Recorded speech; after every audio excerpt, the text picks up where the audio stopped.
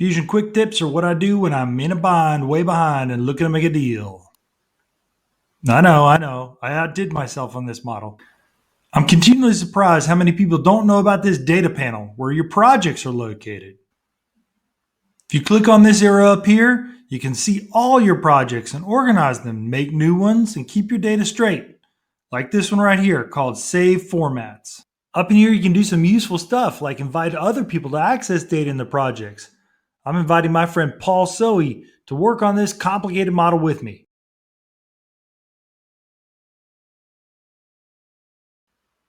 A lot of people don't know that if you click on the name of the project at the top, it will take you to an alternative view of this data.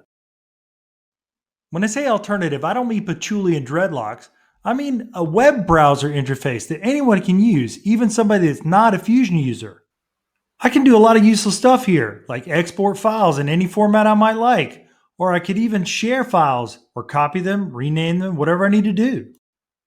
If I click on the file itself, I get some nice information, a little thumbnail preview, plus version information, where it's used in, and related files like drawings. If I click on the view option, I get a powerful viewer that requires no additional installations or add-ins. Plus, I can do redlining, commentary, I can even explode the file, measure, or do a number of other things that might be useful to me if I was working with this data.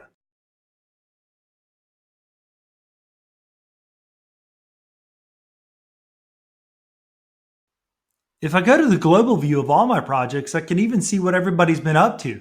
Has anybody been doing the work I've assigned to them? Is anything actually happening? I can see it here.